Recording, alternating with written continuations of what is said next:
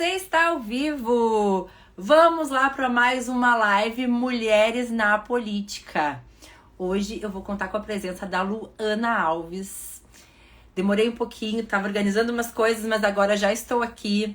Tô louca para conversar com vocês. Luana já entrou e a gente já vai começar. E... Boa noite, querida. Boa Como é que vai? noite! Tudo bem? E contigo? Como está? Eu tô bem, Sabrina. E você? Prazer te conhecer pessoalmente. Prazer, Espero que você né? esteja bem. Prazer, muito obrigada por topar participar. Imagina. Muito feliz. E tô bem, né? Tô bem. A gente tá aí nessa loucura um pouquinho, mas bem. Uhum, E aí, vamos lá. Eu imagina. já quero começar aqui. Luana Alves, vereadora mais jovem da história de São Paulo. Eu quero que tu te apresente e conte. Obviamente, a maioria que tá aqui já te conhece, mas eu quero que tu te apresente um pouquinho para contar a tua história. Claro.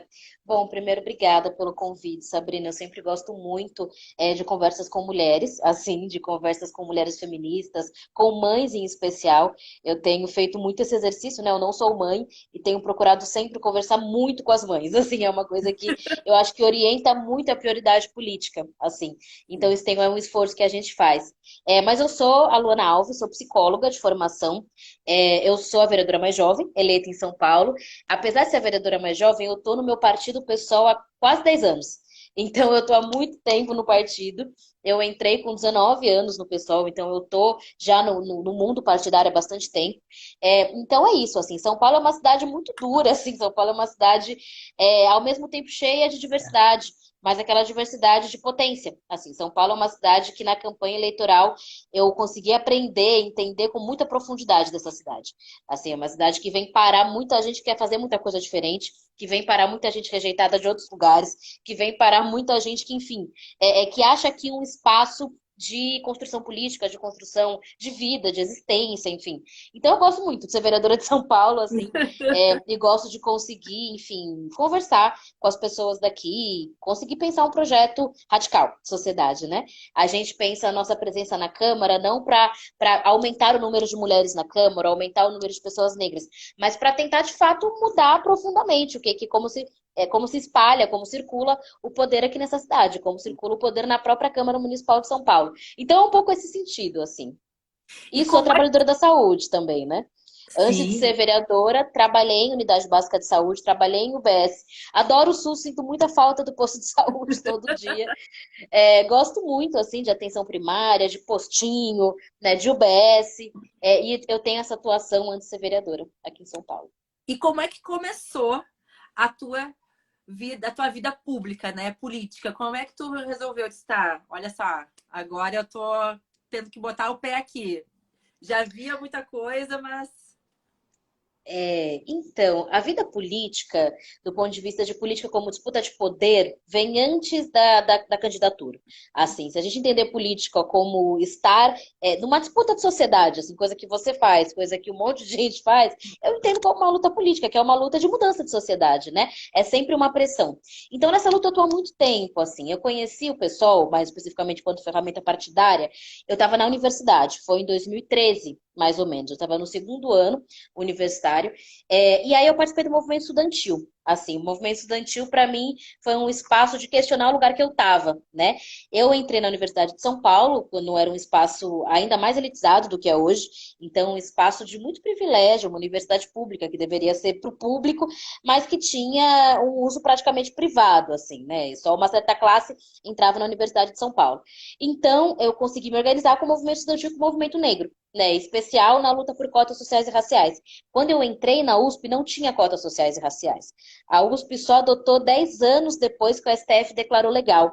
Então, quando eu entrei, não tinha nenhuma política de cotas sociais e raciais. A gente, os estudantes negros, a meia dúzia de estudantes negros, o aluno da minha mãe aqui, que legal. Depois eu vou falar da minha mãe, que é muito importante também. E aí, quando enfim, a gente começou a luta por cotas sociais e raciais, eu me envolvi muito fortemente. E isso também me cobrou estar em determinados espaços de ser uma figura pública, de certa forma. Porque eu era representante dos estudantes. Eu fui eleita representante de estudantes pelo DCE, pelo movimento estudantil. Então, acho que foi uma primeira experiência pública, assim, que eu tive de lutar por uma pauta, né? E foi uma luta difícil, assim, porque a Universidade de São Paulo era muito conservadora, muito fechada, assim, com essa política super bem, bem amarrada entre todos os institutos, enfim. Então, essa foi uma primeira experiência, assim, cheguei a sofrer retaliações, assim, cheguei a ser detida, cheguei a sofrer processo administrativo, uma série de coisas, assim, de movimento estudantil, mas foram experiências muito válidas, assim, Sim. eu digo como experiências muito válidas, apesar de, enfim, potencialmente perigosas, porque você entende o que que é, enfim, tá numa luta, tá numa batalha de mudança, e a gente teve uma vitória muito forte. Eu acho que isso também me estimulou de alguma forma, porque no último conselho universitário que eu participei, que eu fui conselheira, foi quando a gente aprovou cotas sociais e raciais na USP. Então foi uma vitória, assim, uma vitória que não foi minha, foi muita gente veio muito antes que eu, mas eu acho que de certa forma estimulou, assim, a vida pública de alguma forma, assim. E quando que aí, então, tu resolve, tipo, vou me candidatar a vereadora? Porque é um passo, né? Porque tu já tinha passado, como tu falou, já passei por retaliação, né? Já vi muita coisa. A gente sabe que como mulher a gente já fica meio, ah, meu Deus, e agora? Será que vou ou não vou? O que que eu faço? Como tu resolveu? Não, eu acho que eu tenho que entrar ali, eu tenho que mudar, eu tenho que fazer. Onde é que foi que resolveu? Saiu isso na Luana? Olha, Sabrina, eu vou ser muito sincera com você, porque a história, eu acho que é importante dizer a história exatamente como ela aconteceu. É o que eu te falei, eu já estava afiliada no pessoal há muito tempo, mas eu nunca tive muita pretensão de ser candidata. Eu sempre tive a pretensão de ser uma militante do partido, uma militante que construiu o partido na base, construía um movimento, enfim, uma militante partidária. Assim, é isso que eu sempre quis ser, uma afiliada no partido que eu tenho afinidade ideológica, né? E daí estava eu, né? Me formei na universidade, continuava tanto no partido quanto no movimento social chamado Rede Emancipa, né? Que é um movimento de cursinhos populares, que eu acho que você deve conhecer, enfim, se você não conhece, recomendo muito que você conheça. Existe há 15 anos, é um movimento de cursinhos, mas que também se espalhou na sua atuação, tem EJA, tem educação nos presídios, tem também solidariedade ativa. Então, eu já atuava no Emancipe no partido. Me formei, né? Fui fazer residência em saúde coletiva e atenção primária, fui trabalhar na unidade básica de saúde, e alguns companheiros do pessoal, que eu continuava reunindo, fazendo, enfim, as atividades, que são do pessoal e da Rede Emancipa, me falaram, Lu, acho que você tinha que ser a próxima candidata a nossa vereadora. Eu falei, gente, não viaja, entendeu? Vai você, assim. Meu primeiro, eu te juro que a minha primeira resposta foi vai você, para uma amiga muito querida, assim. Mas daí a coisa foi, enfim, as conversas foram acontecendo, eu fui me convencendo que era necessário, Sim. porque eu entendi que eu tinha um perfil que ajudava, assim, no sentido de ser alguém que estava no partido há muito tempo, entendeu? Que conhecia a estrutura partidária já há algum tempo e Nova, que porém, poderia. já há um tempo, né? Já faz quase 10 anos, eu tenho 28 e eu entrei com 19, faz quase 10 anos que eu estou no partido.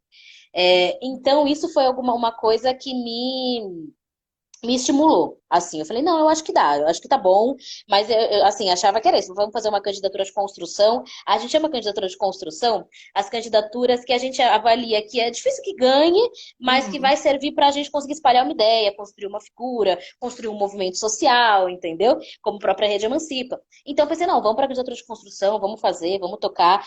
E eu comecei a me dar conta que talvez eu ganhasse nas últimas semanas. Assim, É. algumas coisas foram acontecendo. Sério, sério, sério. Algumas pessoas da campanha, especial comunicação, estavam falando, não, a gente vai ganhar faltando, assim, mais de um mês pro dia da eleição. Eu falei, gente, que bom que vocês estão otimistas, legal, vamos pra cima. Mas acho que não, sim. Mas falaram, não, vai ser sim, porque eram pessoas que já tinham trabalhado em outras campanhas. A Sâmia Bonfim foi uma força muito, muito grande, assim, me apoiou demais. A Mônica Seixas, que você conversou também, as duas já eu já era muito próxima de ambas, assim, as duas me estimularam. Eu já tinha chegado a trabalhar com a Mônica Seixas, mesmo na residência, enfim, eu ficava com ela no fim de semana e tal. E aí, elas falaram, Lu, tudo indica que vai ganhar sim. Assim, faltando um mês, eu achava que não.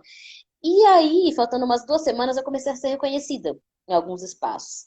E aí eu pensei, não, acho que talvez eu ganhe, né? E aí foi, e aí aconteceu, e a gente ficou muito contente, assim, muito feliz, porque foi uma vitória coletiva, assim, foi uma vitória de muita gente. né? Isso. Se você imagina, eu fui candidata pela primeira vez e tive 37.550 votos. Isso não é uma coisa que acontece naturalmente. Isso é uma coisa que vem de um trabalho coletivo de muito tempo. Um trabalho do PSOL, o trabalho da Rede Emancipa, o trabalho junto com a Mônica e com a Sâmia. Então foi uma coletividade e a gente chegou junta, entendeu? Então isso foi bem especial. Sim, é muito bom, né? Tu vê a força do coletivo realmente, né? E de mudar. E aí eu te pergunto uma coisa. Tu vê a diferença, que é como tu falou, né? Ah, eu já tô há um tempão no pessoal, não sei o quê. E aí tu vê, obviamente, não no teu partido, né? Mas principalmente em outros partidos, quando você vê, assim, que existe diferença de tratamento entre homens e mulheres. Claro, e mesmo no pessoal. Assim, eu não passo pano, não. Ai, eu gosto disso. Não, tem, absolutamente. Assim, existe diferença de tratamento, porque o que acontece é que o espaço das decisões políticas sempre foi deixado para os homens, sempre foi dominado pelos homens. Isso é parte estrutural do patriarcado, né? E eu sempre procuro ter o cuidado de falar a seguinte coisa quando eu falo de mulheres na política, né? Eu estava até falando sobre isso hoje de manhã lá no AB de Itaquera, que na verdade, quando a gente pensa em mulheres na política, em especial mulheres negras, mulheres da classe trabalhadora, a gente não está falando de uma coisa que começou ontem. A gente sempre esteve na disputa de poder, mas de uma forma escondida.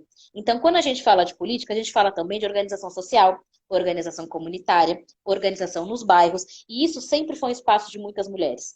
Então, quando você for ver, se você for conhecer movimentos sociais, por exemplo, movimento de moradia, ou movimento por saúde, ou movimento por transporte público, é sempre uma mulherada que está na frente. Assim, você tem a certeza disso. Todos os equipamentos de saúde que eu vou, Sabrina, seja um hospital na Zona Sul, seja uma UBS na Zona Leste, seja uma UPA na Zona Oeste. Se você for ver a história daquele equipamento de saúde, foi sempre uma luta de mulheres daquele Uhum. bairro para conquistar aquilo. Então, você vê isso na cidade inteira, assim, ou então quando a gente vê uma escola que teve uma ampliação de vagas em creche, é sempre uma luta de mulheres, organizada. E isso, para mim, é um fazer político, assim. Ou quando a gente vai, por exemplo, para movimentos de ocupação de moradia, como é o Uhum. caso do MTST, da FNL, do MST, enfim, diversos movimentos. Muitas vezes os líderes que falam são homens, né? Os que são os porta-vozes, as figuras públicas. Mas se você for conhecer as ocupações, se você for ir lá pisar, você vai ver quem organiza. Você vai ver É. quem comanda, você vai ver quem lidera, entendeu? Então, as mulheres sempre tiveram um papel político muito forte, mas só muito recentemente a partir da luta do feminismo, eu acho isso muito importante demarcar, da luta feminista, é que a gente conseguiu, a gente passou a querer o cargo de figura, o cargo da porta-voz da luta, que a gente sempre fez. Né? E mesmo a esquerda sempre relegou para as mulheres esse papel. O papel da liderança de base, o papel da liderança de movimento, o papel daquela que vai ajudar um companheiro a se eleger, aquela Uhum. que vai ser uma excelente cabo eleitoral para aquele camarada homem conseguir, sei lá, e se eleger e ser o vereador, e ser o deputado, que seja. Então, isso é uma coisa que para mim é importante de demarcar.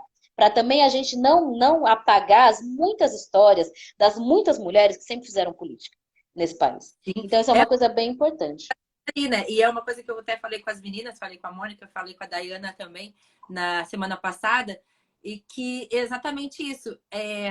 As mulheres sempre fizeram, só que acabava que aí depois chegava um momento que a gente tinha que pedir, né, pro homem que estava ali representando para fazer o que a gente queria, né? Assim, nos ajudar nessa coisa. E aí Uhum, agora a gente tem esse movimento das mulheres dizendo, não, pera um pouquinho, por que eu vou pedir se eu posso estar lá, né? Se eu posso fazer. exatamente. E aí eu acho que é isso que é a parte mais difícil, né? Claro, obviamente, partidos mais conservadores têm muito mais dificuldade de entender que as mulheres agora estão. Agora até uma outra pergunta assim que a gente nem tinha combinado, mas você vê uma diferença agora, até mesmo nesses partidos conservadores, que a gente já está vendo em alguns programas políticos, Uhum. de tipo, acho que eu tenho que investir em mulheres? Com certeza, com certeza. Porque mesmo assim, o avanço, quando a gente fala do avanço da luta das mulheres, o avanço do feminismo, a gente está falando de um avanço na sociedade inteira. Por mais que esse avanço se expresse de formas contraditórias e de formas diferentes em diferentes setores da sociedade.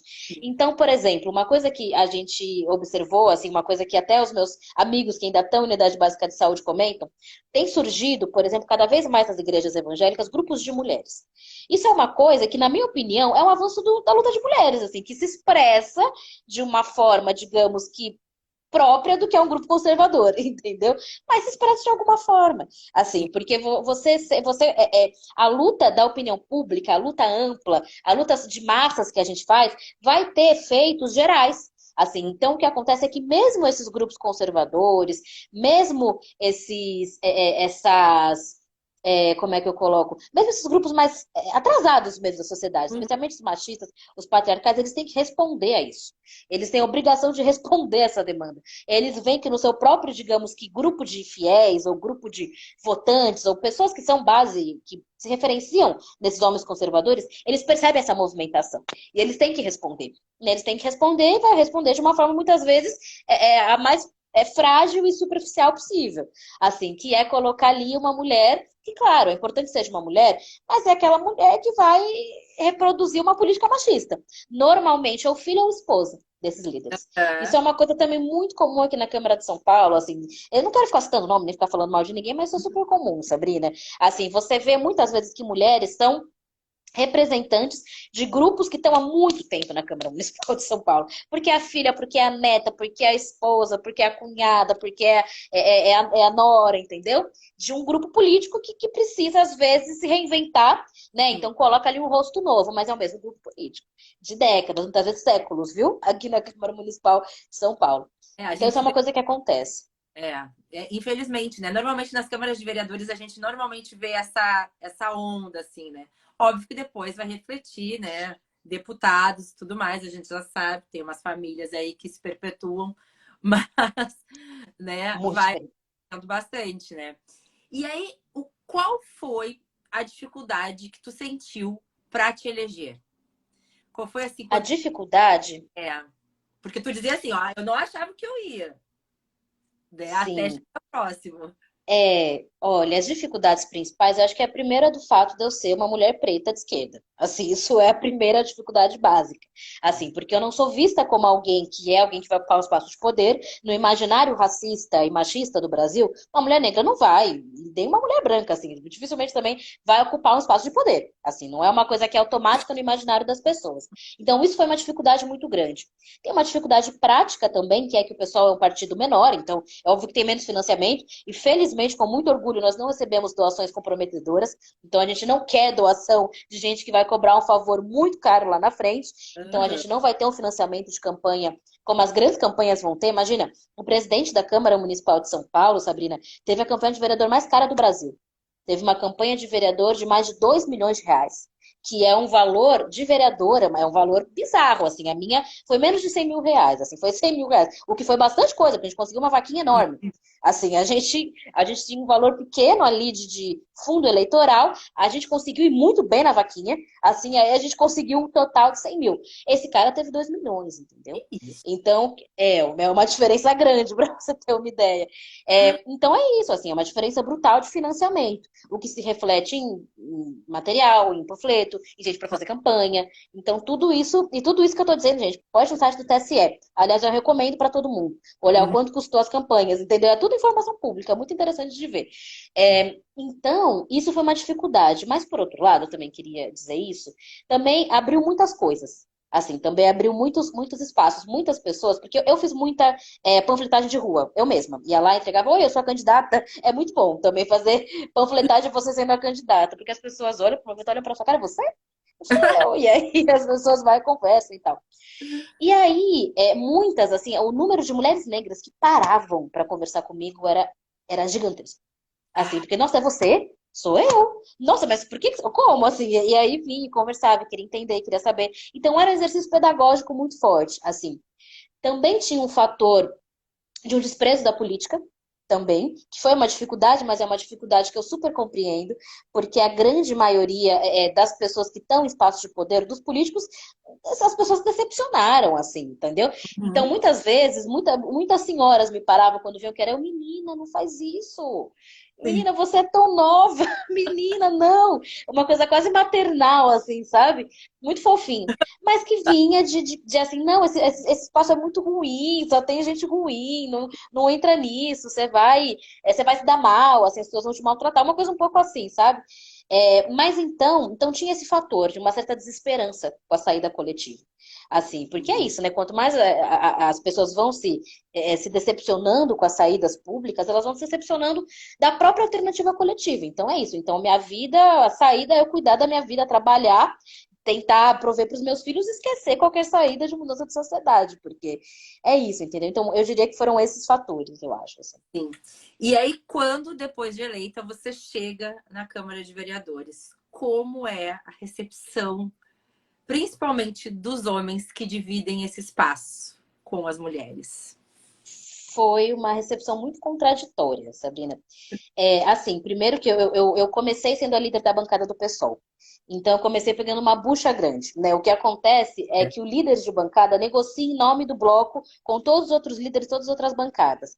Então, eu comecei sendo a líder da bancada do PSOL, o que significou uma tarefa muito difícil. Por quê? Porque o PSOL foi de 2 vereadores para 6. Então, foi de 2 mandatos para 6 mandatos, triplicou, o que significou que eles estavam com muito medo, estavam muito tensos, estavam, porque com 2 vereadores faria um barulho do caramba, entendeu? Ficava Mas enchendo, ficava, entendeu? Imagina com 6. Então foi difícil. Então, teve eu diria que 2 reações principais. Uma primeira, que era uma reação cínica, que era de só faltava me estender o tapete vermelho assim, vereadores antigos, conservadores de direita, e que era uma bajulação gigante, que durou, sei lá, um mês, assim, porque viram que não ia colar muito comigo, assim, tipo, não, cara, não vou cair nessa, entendeu? Mas uma bajulação gigantesca, porque eu sou inteligente, eu sou isso, aquilo, nananã, mas sabe, querendo um pouco me tirar de otária, assim, falando um bom português, entendeu? E aí viram que isso não colou. Então, uma segunda atitude foi uma atitude de total desrespeito. tu, Assim, e isso é uma coisa que aconteceu. tu acha que essa função deles entrarem contigo, assim, tentar essa manobra de te receber dessa forma, também por tu ser nova e achar assim, a gente vai tirar essa menina aqui, vai ser, ó, facinho? Com certeza, com certeza, com certeza. É isso, porque eu entrei, eu tenho 28 agora, eu entrei com 27 anos.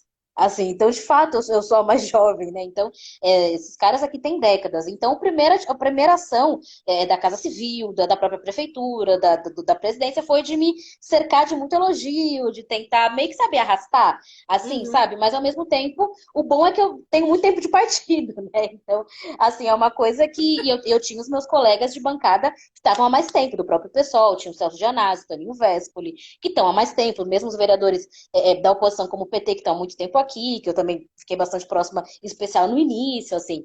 Então, o que acontece é que depois dessa fase, assim, digamos que uma lua de mel que não deu certo, se teve uma tentativa mais aí foi um pouco mais opressiva, aí foi pra cima mesmo. Assim, aí foi uma coisa nos colégios de líderes, falar que eu não entendia nada do que era dito. Aí, assim, por exemplo, eu questionava uma pauta da semana. Eu acho que Vossa Excelência não entendeu o que eu falei. Ou então, eu acho que Vossa Excelência, não sei se você entendeu a palavra que eu usei, nesse sentido, dizer que eu não consegui entender uma palavra que estava sendo dita. Assim, isso numa câmera, isso com a sessão sendo gravada, entendeu? Então, isso passou a acontecer bastante depois, assim. Ou então, grito, muito grito. Assim, grito, berro comigo. Assim, então, isso é uma coisa que também te juro, berro, berro, berro. Assim, então isso é algo que, assim, eu berro de volta. Então fica uma coisa tensa, assim. Então essa é um pouco a coisa. Quando eu saí da liderança, que a gente faz a gente roda, né? A coisa ficou um pouco mais tranquila porque aí outro companheiro assumiu esse papel. Aí virou o Toninho Vespoli, ele se vira lá, ele tá mais tempo na Câmara, entendeu? Mas no começo foi muito assim, foi na base do grito, foi na base do desrespeito muito forte, em especial os vereadores homens mais antigos. Assim, achando que iam conseguir, digamos que, sei lá, quebrar o meu espírito, entendeu? Fazer uma coisa meio de intimidação mesmo.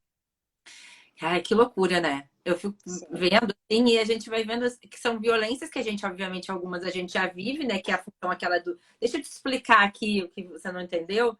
Só que aí passa por um negócio muito maior, né? Que você tá ali trabalhando, tentando fazer o seu melhor ali, mostrando, e as pessoas rebaixando, né? Os homens, principalmente. Uhum.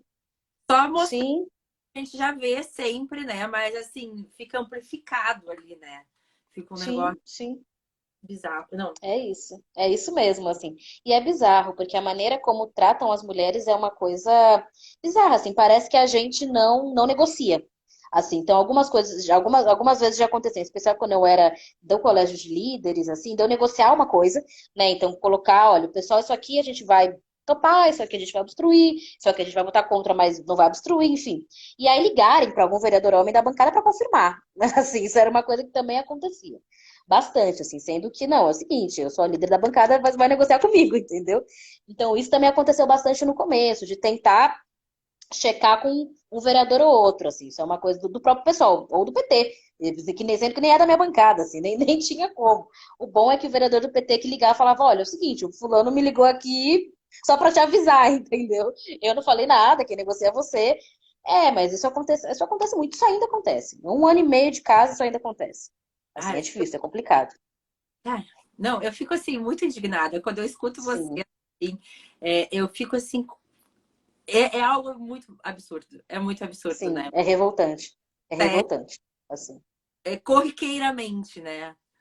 E que tu, assim, a gente até comentou aqui, mas tu acha que tá vindo nessa nova eleição mais mulheres? Tu acha que agora a gente tá realmente.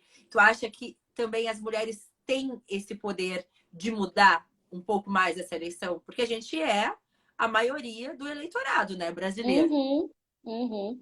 Eu acho que sim, eu acho que a gente vai ter cada vez mais mulheres se candidatando e é muito importante a gente reivindicar que essas mulheres, que essas candidatas, que as nossas, defendam o nosso programa. Defendam o programa das mulheres, defendam as propostas para a mulher, defendam a liberdade sexual e reprodutiva, defendam políticas públicas para mulheres. Então, assim, não tem como, na minha opinião, a gente conseguir votar, assim, colocar muitas mulheres que têm uma ideologia economicamente liberal. Assim, porque para mim isso é ser anti-mulher. Assim, se você pensa em cortes no orçamento, se você tem uma ideologia de um Estado mais enxuto, se você tem uma ideologia que o Estado tem que ser o mínimo presente possível, para mim isso é ser anti-mulher. Porque a cada corte de vaca em creche vai ser uma mulher que vai ficar sem trabalhar. A cada centavo tirado do SUS vai ser uma mulher que vai cumprir aquele papel de cuidado de uma pessoa adoecida. Então, a falta da política social vai sempre cair no colo de uma mulher que vai fazer o trabalho doméstico, que vai fazer o trabalho reprodutivo. Isso é uma coisa, eu acho que é muito importante da gente pensar e saber, sim, que as políticas sociais, a cada corte, a cada pequena agressão, vai sobrar para uma mulher, que vai ter que cumprir aquele trabalho de cuidado. Exato. Até a minha próxima pergunta seria, né, o porquê que você acha que as mulheres, a gente precisa, é importante a representação das mulheres, mas entra exatamente nisso, né? Porque a gente vê a mudança através das mulheres, como tu já tinha falado, né?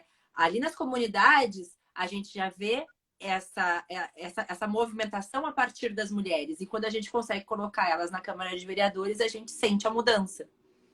Exato, exatamente. Assim, a coisa muda, porque é isso, assim, tendo a prioridade política sobre as mulheres e para as mulheres da periferia, para as mulheres pobres, a gente vai mudar, inclusive, toda a lógica orçamentária, toda a lógica de distribuição de poder, toda a lógica de como acontecem as políticas, assim. Não se tem uma economia pensada no cuidado. Pensar no trabalho reprodutivo, digamos, né? Falando do ponto de vista mais conceitual. Não se tem, assim. Se tem uma ideia de economia por planilhas e de uma forma que não tem nada a ver com a vida das pessoas, assim. Então é isso. Isso acontece muito porque quem está no poder são pessoas que nunca foram responsáveis pelo trabalho de cuidar. Nunca foram responsáveis por cuidar de criança, por cuidar de idosos, por cuidar de pessoas com deficiência. Nunca foram responsáveis por isso. E por isso não vão pensar política pública para isso, para o cuidado. Então a gente estar nesse espaço é muito fundamental, mas não só para estar, para mudar a lógica. Isso é muito importante também. Porque muitas vezes é o que a gente comentou agora, né? Muitas vezes algumas mulheres estão nesses lugares, são colocadas nesses espaços, mas não defendem as nossas pautas, assim, pelo contrário. Às vezes são representantes do conservadorismo. Assim, tentam colocar ali uma mulher conservadora para ser de exemplo para as outras, assim. Isso também é uma coisa que a gente tem que tomar bastante cuidado, assim. Sim, porque acaba que é uma coisa que a gente fala, porque a minha mãe uma vez, agora, né, a gente anda conversando bastante, ela fala assim, tá, mas não é só votar em mulher? Eu, não é só votar em mulher, você tem que escolher a mulher certa, Exato. que representa exatamente o que tu pensa, o que tu quer, né, melhorar, o que tu quer melhorar. E é uma coisa que as pessoas precisam aprender, né, para escolher os seus candidatos, as suas candidatas. O que eu quero de mudança? O que eu acho? O que eu vejo pro meu país, né, para a sociedade? Uhum, Eu quero mais uhum. creche, eu quero saúde pública, eu quero hospital público. Como é que é o que você quer? E aí, a partir daí que você tem que seguir. Porque senão, tu vai estar escolhendo alguém que não te representa, que não vai atrás do que tu realmente Sim. deseja. E, Exato, e exato. dando os nossos direitos. Porque a gente tem que cuidar disso, né? Porque a gente tem mulheres no poder, né? Temos principalmente ali no governo federal, e que a ideia é contrária a tudo isso, né? Na verdade, Exato, proceder ali. exato. O maior exemplo é a Damares, né? Que é uma figura que não à toa é ligada aos setores fundamentalistas religiosos, assim. Eu nem vou dizer setor religioso, porque isso é ser muito superficial também, é ser leviano. Mas setores fundamentalistas, assim. Eu acho que ela é ligada aos setores mais fundamentalistas possíveis e é muito importante ela ser uma mulher para o governo Bolsonaro. É muito importante que seja uma mulher que consiga tocar uma política cultural conservadora, que consiga colocar e eu acho que ela não à toa, é uma política muito machista, né, do bolsonarismo, assim, eu fico pensando, os níveis, as camadas de machismo são muito, porque ela foi escanteada agora, né, a Damares, Uhum. ela ia sair para senadora do DF, foi tirada, assim, escanteada mesmo, agora vai sair um acordo ali que o Bolsonaro fez, e ela saiu escanteada, mas eu acho que do ponto de vista dos conservadores, ela era a melhor figura do governo Bolsonaro, assim, para ele, né, no sentido da melhor figura do conservadorismo era ela, porque era ela quem conseguia colocar ali conversar com as mulheres. E ela tem muita rede. Assim, o que é assustador. Aqui em São Paulo você vê muitos grupos de mulheres evangélicas, religiosas, com muita referência na Damares. Assim, então isso é referência no sentido de defesa da criança, da adolescente, é assustador, assim. Então é isso, assim. Então a gente tem que tomar bastante cuidado, porque senão a gente vê um avanço conservador nas políticas, inclusive, que a gente criou. Por exemplo, políticas de defesa da infância e da adolescência, né? O ECA, políticas de conselhos tutelares, assim, são políticas criadas por grupos progressistas, né? Pela onda progressista, e que estão sendo tomadas por esses grupos fundamentalistas, assim. Então, o exemplo dos conselhos tutelares, para mim, é o mais sintomático disso, assim. Caramba. É, né? Esse é um grande cuidado que a gente tem que ter, né? Porque qualquer coisinha pode sair contra a gente, né? Que a gente viu um grande retrocesso, principalmente, obviamente, desde o começo do governo Bolsonaro, mas principalmente no período da pandemia. Como tu mesmo falou, a gente tem mulheres cuidadoras, né? As mulheres, mesmo que elas não sejam mães, mesmo que elas decidam por não ser mães, em algum momento da vida elas cuidam de alguém. E a gente teve, Totalmente. principalmente na pandemia, que mulheres cuidaram de alguém, sendo seus filhos, sendo o marido, sendo idosos, principalmente idosos a gente teve, né? Então, assim, sempre Sim. mulheres que faziam isso. E quando a gente não tem um trabalho voltado para todas as mulheres, aí a gente vê a dificuldade. E aí, quando vem essa galera aqui, ó, que não, a mulher tem que ser isso mesmo. A mulher tem que ser a dona de casa, a mulher tem que cuidar dos filhos, a mulher tem que cuidar dos idosos. Aí a gente retrocede, né? A gente vê. Retrocede. Na pandemia teve um retrocesso gigantesco, né? A gente retrocedeu muito em termos de inserção da mulher no mercado de trabalho. Assim, o que a gente viu foi que as mulheres acumularam função, acumularam uma série de tarefas, assim. Uma pequena minoria fez home office e aí tendo que cuidar das coisas de casa, de criança, de idoso, enfim, de todo mundo, de marido, de tudo, né? E mesmo as que tiveram que sair para trabalhar, é isso, né? Pela pandemia se fechou o espaço da escola por uma questão de segurança de todo mundo, mas o que acontece é que para a vida das mulheres ficou muito difícil, assim. E de todas as mulheres de toda a comunidade. Porque aí você vai cuidar do sobrinho, você vai cuidar do neto, muita avó cuidando de neto, muita, muita, Uhum. muita. Então, isso foi o que mais teve, assim. Então, é isso, assim, quando a gente tem algum tipo de retrocesso do serviço público, as mulheres vão cumprir esse papel. Vão cumprir esse papel de cuidado, e é isso, assim, a importância de a gente estar em espaço de decisão é para que as decisões sejam feitas pensando nisso, pensando na gente, pensando nas mulheres e nas mães em especial. Por isso que também nessa eleição eu estou priorizando muito o apoio a mães candidatas. Assim, isso é uma prioridade absoluta. A própria Mônica, Samia Bonfim, a candidatura das Pretas, que é uma candidatura que tem uma maioria de mães. Porque é isso, assim, é a gente focar no que tem que se focar, entendeu? Que é o quanto que a carga de cuidado está insuportável. Assim, a carga de cuidado sobre a vida Porque, das mulheres está insuportável. e até nisso, assim, por que as mães? O que que tu vê de diferente nessa parte? Eu até quero acrescentar essa pergunta. Olha, eu acho que é uma questão ética, assim. Eu sou filha de uma mãe solo e de uma mãe incrível, assim, uma mãe maravilhosa. A dona Ana, senhora mãe, se você estiver assistindo, uma professora universitária, uma assistente social. Então, isso é uma questão enfim, de ética mesmo da minha vida pessoal. Mas tem a ver com isso, assim, que nesses anos enfim, digamos que de vida política, assim, que eu tenho, o que eu percebo é que grande parte da disputa que a gente faz, em especial a disputa anticapitalista, é contra um modelo de sociedade que gera sobrecarga. que gera sobrecarga de trabalho, que gera sobrecarga de trabalho fora de casa, sobrecarga de trabalho dentro de casa. E como uma feminista socialista que eu sou, eu acho que a maternidade é o espaço que mais a gente vê a sobrecarga acontecer. Assim, porque é isso, porque é um trabalho gratuito que as mulheres fazem, né, de criar os filhos para essa sociedade, de alimentar, de cuidar, de fazer ser gente quando chegar lá na frente, né? E isso é uma tarefa muito difícil, que as mulheres fazem de forma muito solitária, assim. Então, eu acho que a gente pensar nesse ponto, eu acho que é pensar na base da pirâmide, entende? Eu acho que é pensar muito uma coisa de um trabalho de base, de um trabalho constante, que é completamente visível, porque a cultura faz parecer que é uma coisa linda, que é uma coisa. E assim, muitas vezes é uma coisa linda, é maravilhoso, assim. Mas assim, o que acontece é que essa romantização gera, inclusive, a impossibilidade das mulheres colocarem quanto que isso é trabalhoso. Assim, é isso, você não pode. Eu vejo as minhas amigas mães, as minhas colegas de partido mães, é assim, muitas vezes tem uma dificuldade até de falar.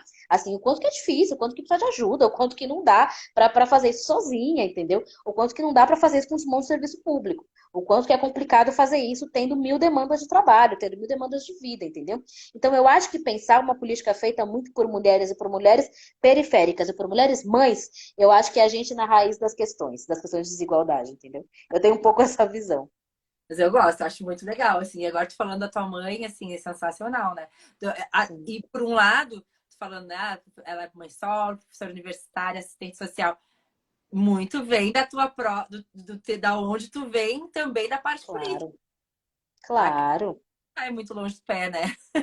Não, não, né? Não é à toa que eu me filiei muito nova no PSOL. Os meus pais, o meu pai e a minha mãe, eles são da esquerda, assim, eles são militantes do PT, então é uma coisa que sempre foi parte, assim, tanto quando eu tava ali com a minha mãe, ela tava nas coisas do partido, quando eu via meu pai nas férias, ele também tava, entendeu? Então, é isso que acontecia, então sempre foi parte, assim, os dois, o meu pai chegou a ser ele chegou a ser um dos fundadores do PT, assim, lá atrás, então é uma coisa que, sim, para mim sempre foi parte da vida, para mim ser filiado a um partido que você tem afinidade ideológica, que você acredita no projeto, que você, enfim, pensa junto com esse partido da sociedade, sempre foi parte normal da vida. Então tem a ver com isso também o fato de eu ser vereadora, de eu estar no pessoal há muito tempo, enfim. Eles ficaram É, um pouco decepcionados, né? Eles queriam que eu fosse pro PT, mas tudo bem, não tem Deus, problema. A gente, os dois. É normal, tudo bem. né? Mas pelo menos tá bom, ficou na esquerda, né? Pelo amor de Deus. Ah, tô na esquerda, com certeza. Mas, Com certeza. Sim, sim. mas a gente vai se inspirando, né? Minha mãe também é professora, só que professora de primeira a quarta série, assim. Então a gente, escola pública, né? Então a gente acaba vendo as coisas, eu acabava participando muito, né? Então a gente vê onde minha mãe também, mãe solo, e fazendo tudo sozinha real, assim, né? Porque eu só fui ser registrada pelo meu pai lá quando eu tinha 23 anos. Caramba. Então, Caramba, só aos 23 anos. só aos 23 anos. Então, tu imagina, assim, sempre a minha mãe, né? E mesmo depois do registro também não adiantou muito. Imagino, imagino, imagino. Mas é Pois é, mulher. a gente vê, a partir disso, assim, então, quando, ainda mais agora, vendo as mulheres fazendo esse trabalho, é exatamente por isso que acho que cada vez mais eu vejo, porque são as mulheres realmente que mudam muita coisa, né?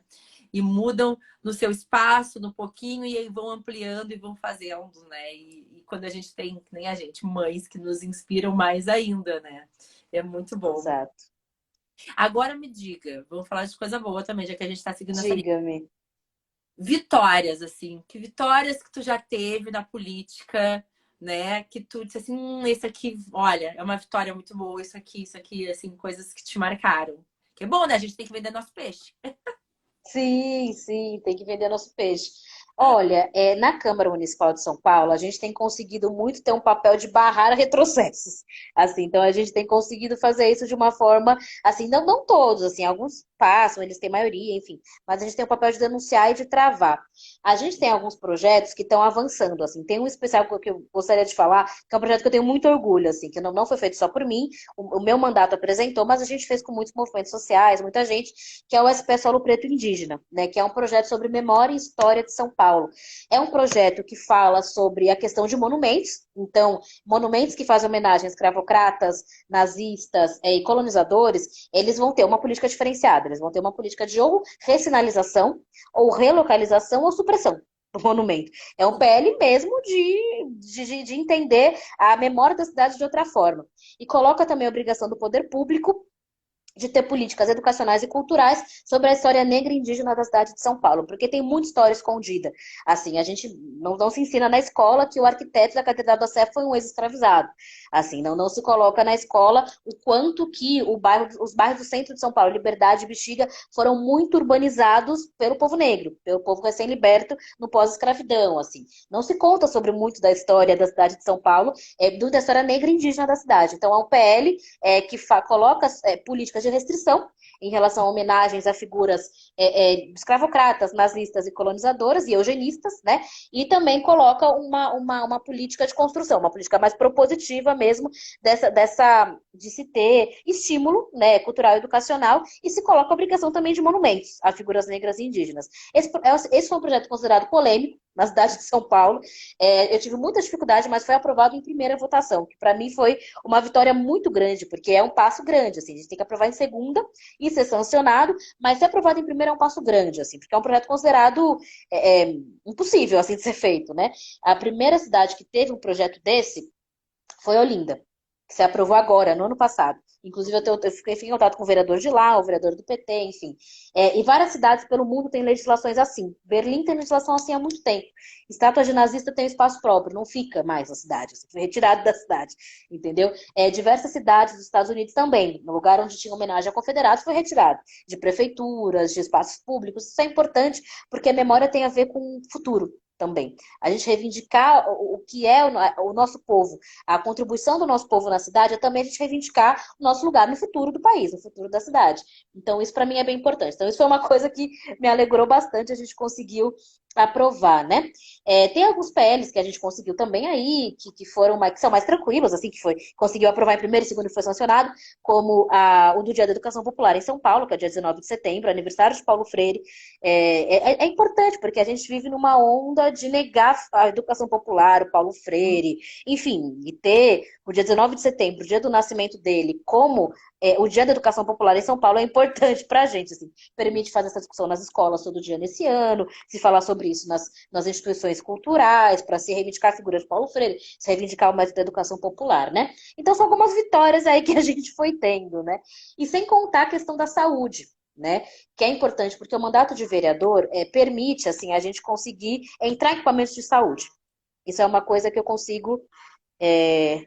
Opa, consegui aqui, alguém estava me ligando. Então, ter um mandato de vereador, assim, permite a gente estar em equipamentos de saúde e fiscalizar.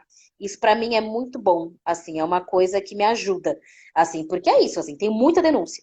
E sem o mandato eu não consigo fiscalizar, eu não consigo entrar, né? E com o mandato não há quem me barre. Já tentaram me barrar de entrar em hospital, entrar em UPA, mas não rolou porque eu tenho o direito parlamentar de entrar, entendeu? Então isso também é muito bom, desse ponto de vista, assim. Sim, porque aí tu fica muito mais próximo, né? Entende exatamente o que as pessoas estão reclamando, que é o que a gente Sim. precisa.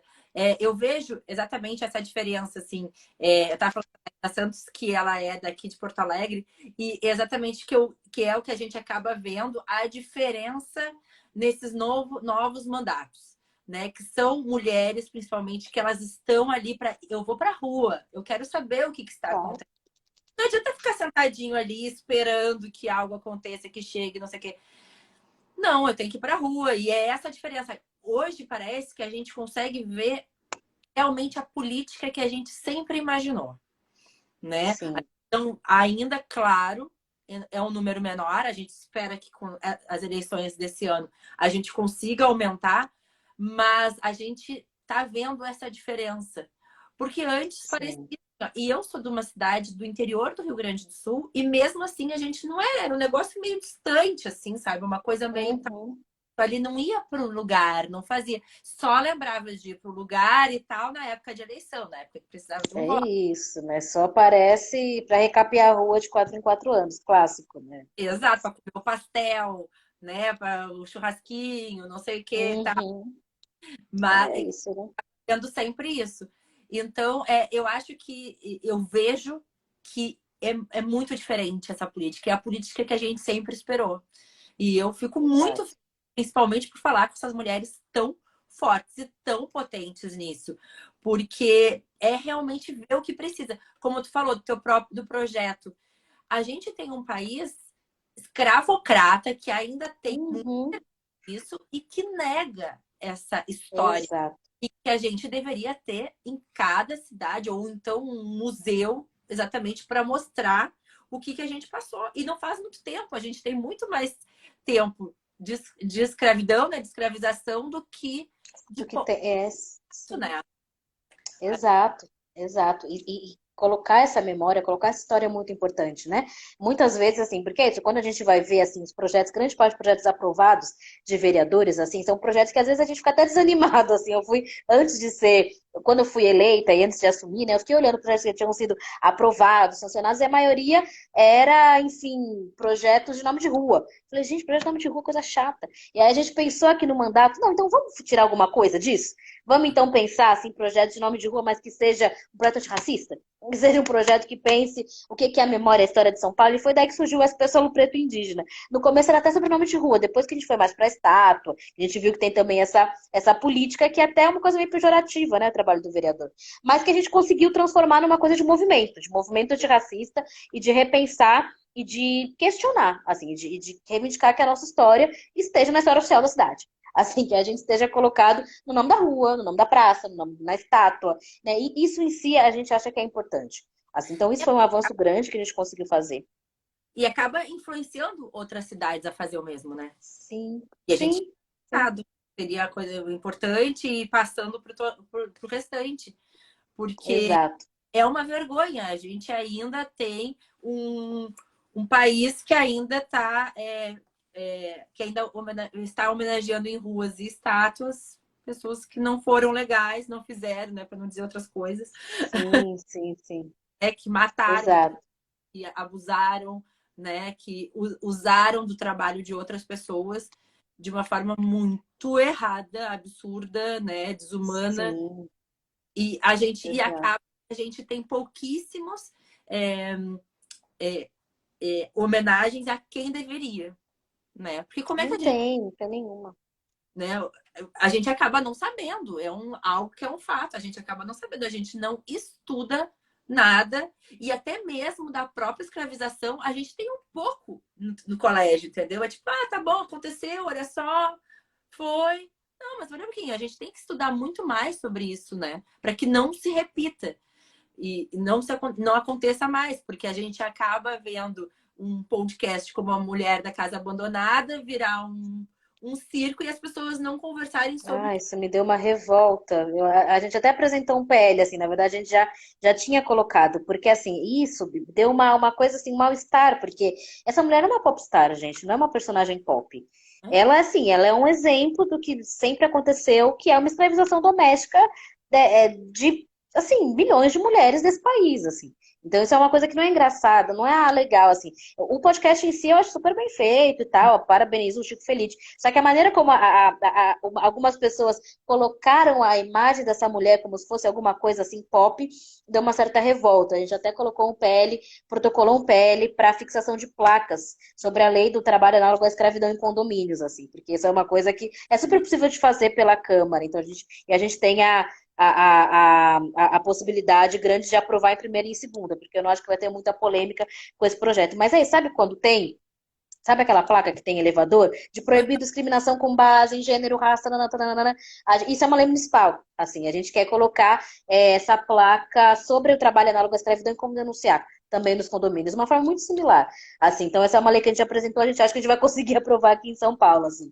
E por mais que é uma coisa que a gente sabe que não resolve de todo, mas é importante porque levanta o tema, porque pode, enfim, facilitar a denúncia, pode facilitar alguém de ver, lembrar e saber se o vizinho está acontecendo com o vizinho, entendeu? Então, isso é uma coisa importante para a gente. Deu uma certa revolta e a gente apresentou esse projeto de lei, assim, que a gente acha que a gente consegue aprovar em primeira e segunda esse ano. A gente está com essa expectativa. porque é importante, porque a gente continua vendo. Eu mesmo que morei em vários lugares do país, a gente sabe que eu vejo que os racismos são diferentes. dependendo dos Uhum. lugares, assim, sabe? Tem uns que são mais Sim. clássicos, tipo, principalmente Rio Grande do Sul, né? Que é aquilo que a gente já sabe, que é xingamento e não sei o quê. E tem os estruturais, que eles não vão xingar, Sim. mas aí vai ser exatamente essa função. Eu vou trazer aquela menina do interior, vai ficar aqui, Uhum. mas na real ela não vai estudar, Não ela vai, estuda nada. né? E ela vai continuar ali durante muitos anos e assim vai indo.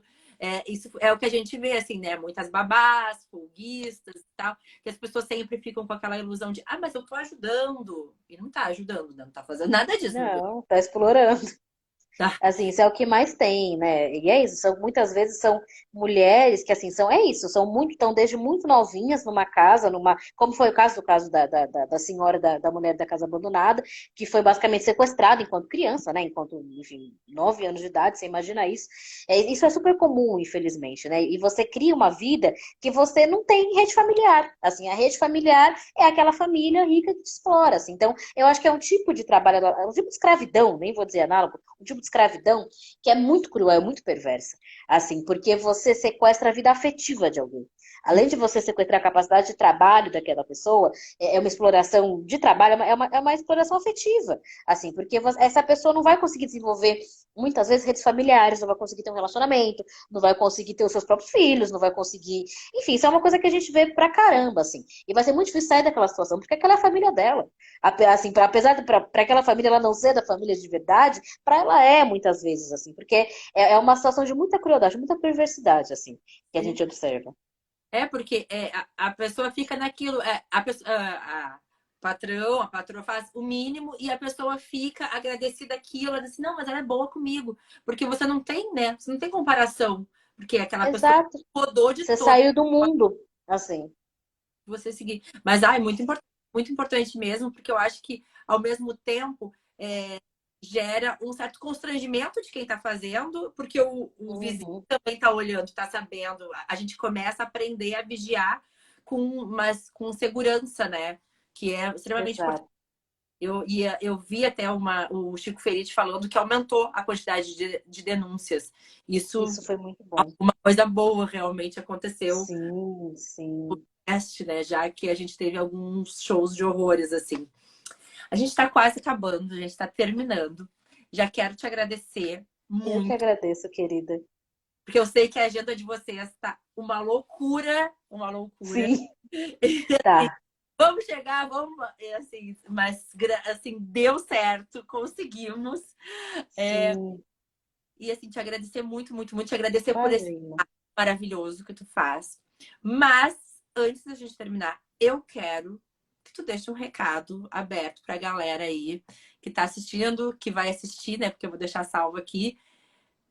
Um recado, o que que você quer deixar Recado. pra galera? Que eu deixo? Eu vou deixar um convite para todo mundo. É o seguinte, pessoal. Tem vários convites que eu queria deixar, assim, Pode deixar. sobre o próximo período, né? A gente vai entrar agora, nos próximos meses, num período muito difícil, né? Num período de muita dificuldade, porque essas eleições vão ser eleições em que a violência bolsonarista de extrema-direita está tentando dar o tom da eleição, está tentando dominar o tom da eleição via força bruta, via violência. Então, eu acho que o que a gente tem que fazer são vários movimentos. Movimento de conter esse bolsonarismo e também de eleger as nossas e os nossos, né? Então, eu queria falar para vocês que eu estou apoiando candidaturas de mulheres, né? Estou apoiando, em especial para a deputada federal a Samia Bonfim, no dia 6 aqui em São Paulo. Vai ser o lançamento da pré-candidatura da Sâmia, vai ser ali na Casa das Caldeiras. Para quem conhece, fica ali na Barra Funda, gente. Vai ser dia 6 de agosto. Tá todo mundo convidado. Vai ser assim, final de tarde, 16 horas. Então, convido todo mundo. Também tô compondo, né, ajudando, estou ali do lado junto com as Pretas, que é uma candidatura coletiva de mulheres negras para estadual, né, uma candidatura que tem a Mônica Seixas como cabeça de chapa, como digamos que a deputada que vai ser oficial, né, que vai estar a cara dela na urna, mas é um grupo de mulheres negras que assim estão no pessoal há muito tempo, estão na caminhada, diferentes quebradas, diferentes territórios, e que eu tenho muito orgulho de estar junto com essas mulheres há muitos anos, então recomendo muito as Pretas, segue lá SP Pretas. E também dizer para vocês, último recadinho, que estaremos nas ruas no dia 11 de agosto, né? A gente sabe que as movimentações do Bolsonaro são graves, né? O que ele fez aquela reunião ali com os embaixadores sobre a urna eletrônica foi gravíssimo, assim, foi assustador. A gente sabe que o cara é isso, né? muitas vezes tenta confundir o debate, né? Faz um movimento de ida e recuo, mas é muito grave de toda forma. Então, a gente vai estar no Dia do Estudante, que é dia 11 de agosto, nas ruas contra o golpismo, pelo direito do povo brasileiro de votar, de escolher o seu líder, de dizer fora Bolsonaro no dia 2 de outubro. Então é isso, por isso que eu convido todo mundo para estar também nas ruas no dia 11 de agosto, para não aceitar nenhuma intenção golpista, nenhuma intenção de bagunçar o processo eleitoral, desacreditar a urna eletrônica. Né? Esse cara foi eleito por urna eletrônica há 30 anos, entendeu? Então, é bizarro, assim, uma movimentação escancaradamente golpista. Então, vamos estar nesse dia nas ruas para dizer sim, fora Bolsonaro, e vamos eleger aí o Lula mesmo no primeiro turno. Esperamos. Tá bom? Não que a gente sabe que também tem vários problemas, né? A gente sabe que o Brasil não vai acordar feliz e saltitante no dia 13 de janeiro, mas a gente tem que tirar o Bolsonaro. Isso é muito importante, muito importante. É, a É para mínima. nossa sobrevivência. Ontem mesmo meu marido chegou em casa do supermercado e falou assim: o preço disso aqui tava tanto, que eu não sei o quê. Eu digo, e o pior de tudo que a gente sabe, que mesmo que a gente troque, que a gente espera trocar, não vai mudar ainda no dia 3 de janeiro. Não vai ser no dia 3 de janeiro que a gente vai ter ainda tudo Não, calma, ainda é uma luta muito grande. Mas exato. começo, e a gente precisa desse começo com urgência, Oh, muito. por favor.